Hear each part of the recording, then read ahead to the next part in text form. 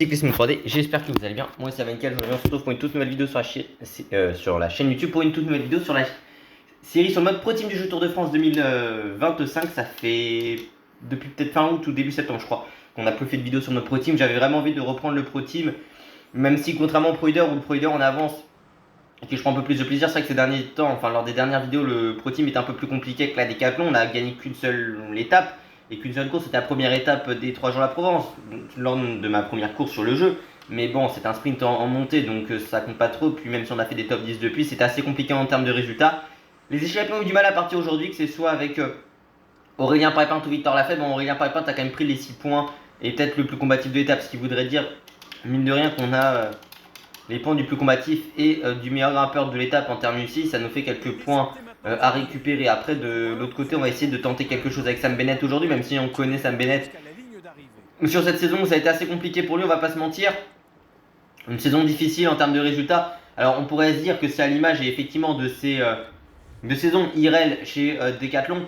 Mais c'est vrai que c'est un peu compliqué. Après, c'est une course aussi importante pour nous, le Critérium du Dauphiné qui va devenir, je le rappelle, dédicace à Laurent Wauquiez, je plaisante là-dessus, le Tour Auvergne-Rhône-Alpes la saison prochaine.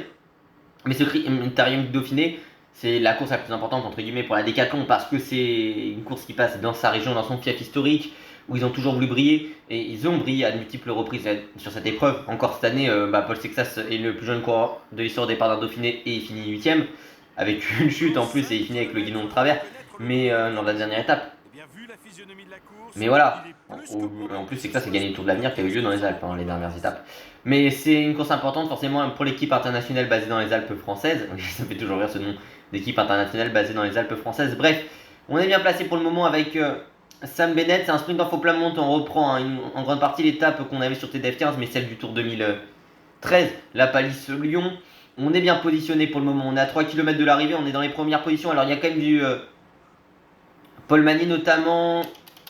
Sur cette épreuve, il y a encore du Christophe Laporte également, ou même on peut penser notamment à un certain Binyam Guermey qui sont au départ. On va peut-être se faire enfermer dans cette portion faux plat descendant. On est au niveau de Paul Magny, il ne faut pas du tout se faire bloquer ici. On va être dans le train de la Soudal Quickstep qui lance de très très loin, il lance quasiment sous la flamme rouge. On va lancer également notre effort ici. Est-ce qu'on peut déboîter? On va essayer de déboîter ici avec Sam Bennett prendre l'aspiration. Allez, face à Paul Magny, le retour de Sam Bennett peut-être face à Sandy Dujardin. Sam Bennett 3ème. C'est limite notre meilleur sprint de la saison. Victoire de Binyam Guermey ici. On reprend un peu de confiance pour notre sprinter phare, sachant qu'on est en mauvaise forme, mais surtout dans notre équipe. On récupère quelques points ici et on est sur la pente peut-être ascendante des résultats. Va falloir essayer, au-delà d'être offensif et de faire des échappées à certains moments, essayer de revenir au premier plan entre guillemets en termes de résultats. Et on est à la recherche de victoire avant le prochain Tour de France.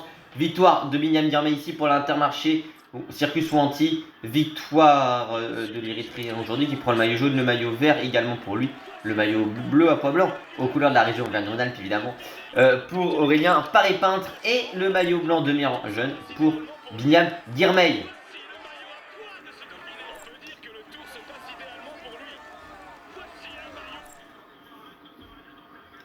Binyam Guermey, l'Érythréen de l'Intermarché Circus Wanty, s'impose en 3h35 minutes et 36 secondes avec 10 secondes de bonification pour lui. Du côté du classement général, c'est toujours Binyam Guermey en tête du classement général pour l'Érythréen de l'Intermarché Circus Wanty en 3h35 minutes et 26 secondes. Ouais, ça a un peu fait avoir entre guillemets ici.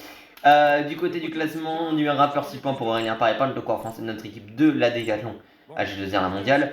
Du côté du classement par points, c'est Binyam Guermey avec 25 points pour l'Érythréen de l'Intermarché Circus Wanty. C'est vrai que nous on n'a pas fait les points en sprint intermédiaire, mais bon voilà.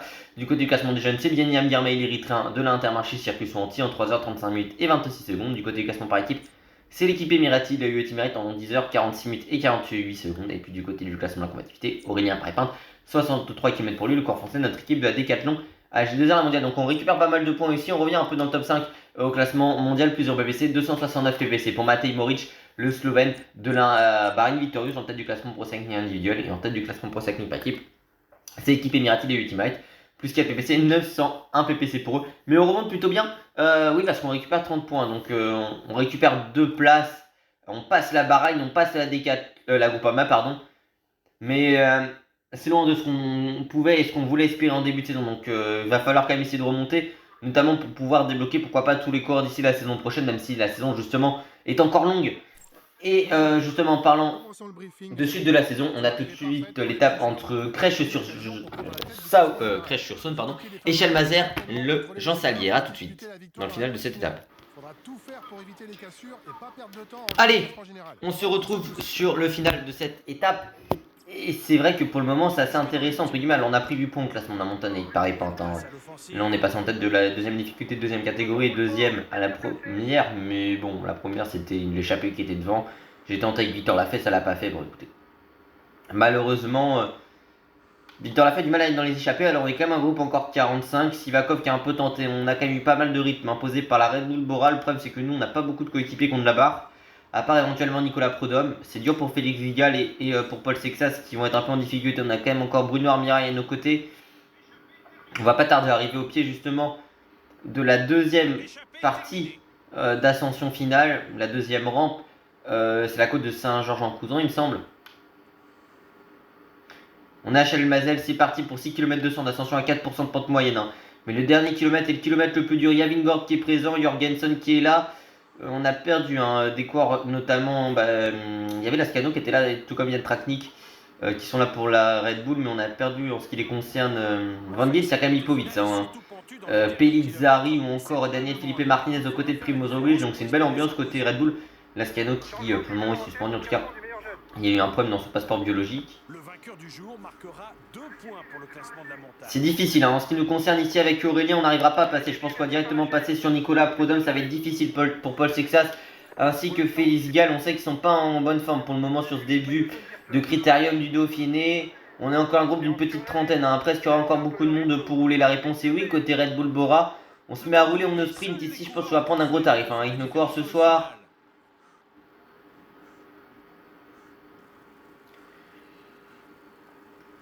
Il y a Romain Bardet qui est bien présent. On pourrait le recruter, Romain Bardet, la saison prochaine pour faire une histoire de retour au bercail, entre guillemets. Après, il y a pas mal de coureurs qui vont craquer. C'est que ça, c'est égal son distance. Et en ce qui nous concerne, c'est quand même des coureurs assez importants, forcément. C'est nos deux leaders, entre guillemets. On a un tandem de leaders qui est distancé. C'est dur pour Aurélien. Hein. Encore, c'est dur aussi pour Nicolas Prudhomme en ce qui nous concerne. Après, je pense que le général, on va peut-être pas trop jouer sur ce Dauphiné. L'objectif, ce sera surtout les victoires d'étape. On sait que nos corps sont un peu plus limités par rapport à nos adversaires, encore plus en termes de forme. Donc, enfin, quand la forme nous est défavorable, donc ça c'est logique. Même si pour le moment, il y a Remco qui est là. C'est Almeida, j'ai pas vu de Pogacar sur ce Dauphiné. Lipovic va s'écarter. Hein. Il restera Roglic avec Daniel Felipe Martinez. Hein, qui sont encore présents. Henrik Mas. On a un groupe encore de 25 au pied de cette dernière rampe. C'est parti pour la dernière rampe, le dernier kilomètre le plus difficile de cette ascension, de ces 6 km 200 d'ascension finale. Et là, on est en difficulté ici. Hein. Martinez est distancé en ligne, tout comme Daniel Philippe, Guillaume Martin, Valentin Madouas sont distancés. On va perdre du temps avec Nicolas Prudhomme dans cette dernière rampe qui nous aura été fatale à nous, tout comme à notre équipe. Cette dernière ascension, victoire de Jonas Vingegaard au sommet. On va quand même essayer un peu de remonter. On va faire un top 15. On va finir même 13ème à peu près avec Prudhomme. On se sera battu. De toute façon, c'était soit lui, soit Aurélien qui avait les meilleures jambes pour notre équipe. Mais c'est très décevant. On a quand même nos deux leaders qui vont se prendre 2,30 aujourd'hui. Sachant que c'est pas les meilleurs sur le chrono. Ils vont être à plus de 5 minutes avant le chrono. Enfin, après le chrono. Donc bon, ça nous laisserait une marge de manœuvre pour les échapper. Je dis pas le contraire. Mais c'est pas ce qu'on était venu chercher honnêtement sur ce critérium du Dauphiné. Surtout qu'on est censé être à la maison, donc on est censé faire des performances, être à la hauteur. Après, il sera loin, c'est que ça, donc potentiellement sur l'étape du lendemain, je dis pas qu'on pourra tenter quelque chose, mais c'est pas ce qu'on était venu faire. Loin de là d'ailleurs. Donc c'est très décevant. Il y a un problème chez le DS, j'ai envie de dire, de cette formation. Je rigole, mais c'est vrai qu'il y a un problème, on pourrait dire, dans l'encadrement. Qu'est-ce qui se passe chez Decathlon cette saison? Après, je fais comme si on était en très très grande difficulté. C'est pas les résultats que j'attendais, mais on est comme 5ème équipe mondiale. Bon. Même si on va peut-être un peu reculer là. Victoire de Vingord, le jaune pour Vingord, le vert pour Guillermin, le maillot bleu à pois blanc pour Aurélien Parépin, qui est toujours meilleur grimpeur de l'étape. Et Kevin Vauclin a le maillot blanc sur cette étape. On est toujours 5ème, mon classement ici. Victoire de Jonas Vingegaard, le danois de la Visma Lezebac en 3 dans 54 minutes et 34 secondes avec 10 secondes de bonification. On finit 12ème, 8ème Vauclin également. 2ème à la 5ème Roglic. Du côté du classement général, c'est Jonas Vingegaard. En 7h30 minutes et 0 secondes pour le danois de la Visma Lezebac. Du côté du classement du meilleur grimpeur, 14 points pour Aurélien Paré-Peintre, le coureur français de notre équipe de la Décathlon AG2R mondial du côté du classement. Par points, c'est Binyam Girmay, 35 points pour l'Érythréen de l'Intermarché Circus Wanty. Du côté du classement des jeunes, en 7h30 minutes et 13 secondes, c'est Kevin Vauquelin, le coureur français de notre équipe, non, de l'Arca Biotech, pardon. Et puis du côté du classement par équipe, en 22h33 minutes et 25 secondes, c'est l'équipe française de la Groupama FDJ. Et puis du côté du classement de la combativité, 63 km pour Aurélien Paré-Peintre, le français de notre équipe de la Décathlon H2R mondiale. Très bien, côté du classement français individuel, plus 200 ppc, 269 ppc pour Matej Maoric, le Slovène de la Bahrain Victorious, en tête de ce classement pro cycling individuel, car en tête du classement pro cycling par équipe, en tête du classement pro cycling par équipe, plus 22 ppc, 923 ppc pour l'équipe Emirates. Il a eu Team Emirates, on récupère quelques points, mais c'est pas suffisant entre guillemets. Saint-Etienne-Mende, c'est le thème du Tour 2022, pardon. Les 10 derniers kilomètres de cette troisième étape de ce Dauphiné. On est parti à l'avant, on a pris tous les points du classement de la montagne avec Aurélien Paré-Peintre. J'ai tenté avec Paul Sexas également d'être à l'avant. Mais Sexas s'est sacrifié pour Paré-Peintre étant donné qu'on a un Aurélien quand même qui est en pic de forme. Donc autant ne pas se priver de ces conditions-là. On est jusqu'à 5 minutes d'avance. Bon, on a été récupéré dans l'avant-dernière difficulté de la journée. Et la dernière difficulté qui est la montée Laurent-Jalabert, c'est-à-dire la côte de la Croix-Neuve. Ce qui va être assez intéressant d'ailleurs parce que vu qu'on est avec quasiment toute notre barre, il y a un pic de forme, on peut potentiellement faire quelque chose avec Aurélien Paré-Peintre. En tout cas, vraiment, je pense qu'on en aurait les capacités si possible. Après, ça reste une montée de 3 km à 10% de pente moyenne. On va d'ailleurs demander à Prud'homme ainsi que Félix Gall de prendre leur gel bleu. On a 5 km du sommet de cette ascension. Hein. Ça va être assez difficile évidemment, même si on aura pas mal de coureurs qui seront importants à surveiller, mais on a surtout le train de la Red Bull qui va se mettre en marche dès le pied de l'ascension. Justement, Richard Carapace, quant à lui, va être récupéré à l'instant, un peu plus de 3 km du pied. Je pense qu'on va prendre directement le gel bleu maintenant parce que ce sera l'un des derniers moments entre guillemets d'alcalmie, même si c'est pas réellement de l'alcalmie, mais vous avez capté. Justement, on est au pied de cette ascension, c'est parti, 3 km, 100 à 10,2% de pente moyenne, c'est parti. Pour le moment, ça se regarde, même si voilà, j'en parlais tout à l'heure du train de la Red Bull Bora, ça part avec Daniel Philippe Martinez, Simonienne, c'est là. Tout le monde se dresse sur le pédale. C'est vrai que là, on va perdre pas mal de barres rouges dès le pied. Après, il y en a forcément qui ont perdu du rouge justement dès les premières pentes, mais c'est pas ce qu'on voulait faire et il y a des dégâts. Hein. Dans le peloton, notamment avec Félix Gall qui est mal placé pour notre équipe, qui s'est pris une cassure. Félix Gall, de toute façon, tous nos coéquipiers se sont pris une cassure, c'est pas l'idéal. Hein. Notamment en ce qui concerne Nicolas Prud'homme qui était le mieux placé de notre équipe au général, qui était 12ème ce matin. On est dans une rampe très difficile ici, même si on voit que devant il y a Simoniez, Carapaz, Martinez. Allez, on va essayer de bien se positionner ici. Après, il nous reste encore pas mal de gel rouge, hein, donc on a encore de la capacité potentiellement sur le sommet à faire valoir. Et vous savez qu'on va attaquer dans ce moment difficile ici face à Manu Sheffield, l'accélération d'Aurélien Paré-Peintre. On va essayer de s'isoler pour d'abord revenir sur les hommes de tête, même si Simoniez notamment baisse un peu le rythme. On est quasiment revenu dans leur roue, sous la flamme rouge entre guillemets du dernier kilomètre d'ascension, même si on a reperdu quelques mètres. Hein. On est revenu, on a une dizaine de secondes d'avance, quinzaine de secondes d'avance sur le peloton et ça y est. On va revenir sur eux. C'est dur pour Martinez qui a quasiment plus gel rouge. À la relance ici avec Simoniez, on a 25 secondes d'avance. Sur le peloton, on est peut-être l'un des plus rapides, si ce n'est même le plus rapide de ce groupe et on a encore pas mal de gel rouge. Donc ça va être plutôt à notre avantage. Même s'il y a le retour de groupe Primoz Roglic juste derrière, ils sont à une quinzaine de secondes. Après, les 2 derniers kilomètres, c'est quasiment que de la descente. On aura le turbogel qui pourra éventuellement nous épauler, nous aider dans ces derniers mètres. Allez, les 2 derniers kilomètres avant l'arrivée, on va essayer de bien se positionner ici. Pourquoi pas récupérer un tout petit peu de barre rouge, même si ça va être difficile.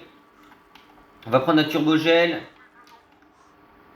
Ah, par contre, ça c'était pas une bonne idée, c'est parce que le turbogel, j'ai dû le couper pour prendre le virage. Allez, on va essayer d'en faire effet de ce turbogel ici avec Aurélien Paré-Peintre. Pourquoi pas Aurélien Paré-Peintre pour lancer notre sprint ici. Aurélien Paré-Peintre qui va s'imposer ici sur l'aérodrome de Mende. Victoire d'Aurélien Paré-Peintre, peut-être oui, victoire de Paré-Peintre ici. 2ème victoire pour notre équipe cette saison. Le pic de forme aura bien marché. La tactique de partir a échappé aussi. Victoire française ici et victoire de la Décathlon AG2R, la mondiale. Passons Savoyard, Aurélien Paré-Peintre qui s'impose ici, qui règle Simoniez au sprint. Ça a été quand même chaud, hein. Dans les derniers mètres, il revenait assez fort Simoniez.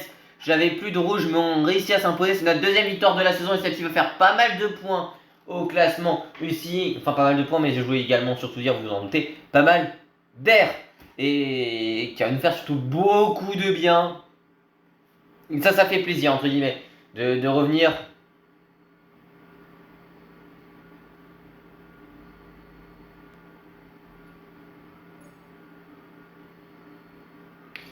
Victoire de Paris-Pinte au sprint. Et c'est une magnifique victoire pour nous. On conserve encore plus notre classement de la montagne parce qu'on a pris tous les points qui étaient disponibles aujourd'hui. Donc on en a pris peut-être 14, je dirais. Aurélien qui s'impose, celle-ci fait très plaisir pour nous. Ça faisait longtemps qu'on attendait de voir notre équipe sur la plus haute marche du podium et pouvoir savourer une victoire. Julien Lafilippe en jaune. Ça aussi, c'est quelque chose qui était possible avec les bonifications par rapport à un certain Younes Vingegaard. On va savourer de voir Julien Lafilippe en jaune. Il a déjà eu le maillot jaune sur Paris-Nice et sur le Tour de France, mais jamais encore sur le Dauphiné. Dire qu'il y a le maillot vert, le maillot bleu à pois blanc sur les épaules d'Aurélien Paris-Pinte et le maillot blanc sur les épaules de Remco Evenepoel qui va être une menace demain pour Julien Lafilippe sur le contre-la-montre bien évidemment. Victoire d'Aurélien Paris-Pinte, le français de notre équipe de la Decathlon AG2R mondial en 4h29 minutes et 6 secondes avec 10 secondes de bonification pour lui. Du côté du classement général, par contre, nos coureurs ont pas mal régressé, j'imagine. Il a perdu de place, Prudhomme. Après, Prudhomme est à moins d'une minute, c'est juste qu'il a perdu énormément de temps sur le chrono de demain. Julien Lafilippe prend le maillot jaune de leader en 11h59 minutes et 25 secondes pour lui, le coureur français de la Tudor Pro Cycling Team du côté du classement. Oui, on est toujours 14e du général, mais surtout du côté, on perd de place, mais à 55 secondes. Mais du côté du classement, du meilleur grimpeur, 30 points pour Aurélien Paris-Pinte, le coureur français de notre équipe de la Decathlon AG2R mondial. Du côté du classement, par point, 35 points pour Binyam Girmay, l'érythréen de l'Intermarché Circus ou Antigobert. Remco Evenepoel prend la tête du classement Pro Cycling, du côté du classement déjà, oui, en 11h59 minutes et 31 secondes pour le Belge Axel Step. Et puis du côté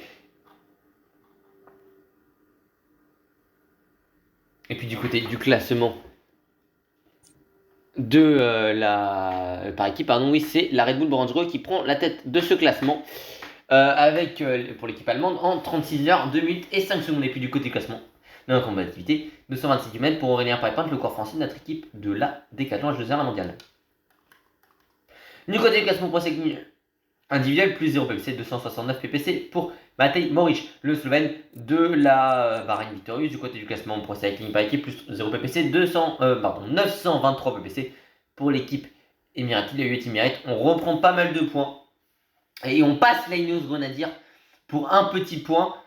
Et on se rapproche quand même de la Lidl Trek. On est quand même mine de rien à 65.2, mais on se rapproche un point d'avance à la Ineos Grenadier et 65 de retard sur la Lidl Trek. On revient un peu dans ce classement, ça nous fait beaucoup de bien en prévision du Tour de France, mais avant ça, on aura le chrono entre Renaison et Saint-Germain-Laval. Là, tout de suite dans le final de cette étape. Bonjour les gars, commençons le briefing de cette étape. Long chrono au programme aujourd'hui. Sans surprise, allez, on se retrouve dans les 15 derniers kilomètres de ce contre-la-montre qui est bien évidemment pas mon point fort sur TDF, mais il faut souligner quand même qu'on a eu un très bon chrono de la part de notre coéquipier, notre jeune coéquipier Paul Sexas, qui a fait un énorme contre-la-montre pour le moment avec Bruno Armirail. J'étais en train de regarder un autre truc, mais Bruno Armirail par contre, on fait peut-être pas le meilleur chrono qu'on aurait voulu faire, ça c'est sûr. Pour le moment, après, j'essaie surtout de bien gérer mon effort. On a quand même récupéré un de nos adversaires qui nous précédait. Filippo Ganna qui a réalisé le meilleur temps sur la ligne d'arrivée en ce qui concerne un 37-48. Et Sexas a pris le deuxième temps, deuxième intermédiaire. Paul Sexas fait un chrono admirable. Même si je l'ai un peu augmenté en notre chrono par rapport au jeu de base, il fait quand même un très bon contre-la-montre en ce qui concerne. Nous, on a 1 km de retard par rapport au temps que le DS prévoyait. Même si on va commencer à augmenter notre jauge d'effort, c'est parti. Pour Bruno Armirail, pour essayer de finir avec le maximum de braquets possible. Comme souvent, vous savez que j'essaye de terminer le plus vite possible. Après, on a une augmentation de 2 places. Mais ouais. On est passé en 27-38. Donc on a... non, 28-38. Ce qui veut dire qu'on a une 26 de retard, pardon.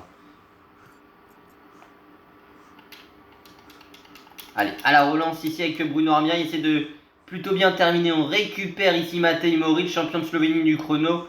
Bon, sur la saison précédente, il est toujours 4ème temps. Paul Sexas, son premier intermédiaire, il fait un excellent contre-la-montre. parce qu'il devançait quand même George Starling tout à l'heure. Toujours deuxième temps au deuxième intermédiaire. En ce qui concerne Sexas, par contre, j'ai pas eu son temps sur la ligne d'arrivée. En ce qui concerne Polo, il fait le quatrième temps sur la ligne d'arrivée. Il est battu ça par Starling et Maximilian Sherman, il bat quand même un certain Mathias Vacek. Les 5 derniers kilomètres, en ce qui nous concerne avec Bruno Armirail, je pense que ça peut être léger en termes de barre bleue sur certains aspects, même si on va essayer de tout donner. Pour le moment, pardon, essayer de finir le plus fort possible. Et là, on voit qu'on est sur une meilleure dynamique. Pour le moment, on a récupéré nos 2 adversaires qui nous précédaient. Allez, la relance encore une fois ici en sortie de virage, même si j'ai peut-être pas pris le meilleur virage de l'histoire du cyclisme, évidemment.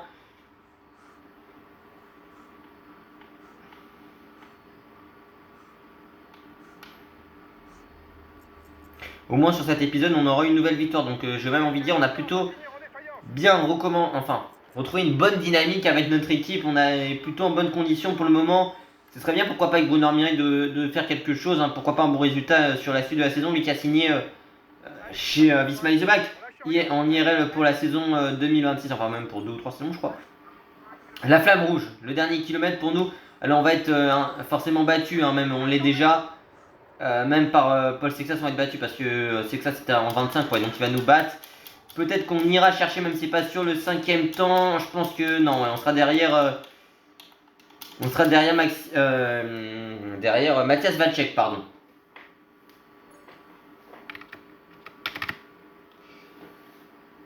Victoire, du coup, normalement. De Remco Evenepoel, j'imagine aujourd'hui, parce que c'est vrai qu'on est parti bien avant Remco. Hein, mais en tout cas, avec Armirail, on a essayé de finir du mieux possible, pourquoi pas, même si c'est assez compliqué, je vais pas vous mentir. Victoire de Remco Evenepoel aujourd'hui qui prend le maillot jaune.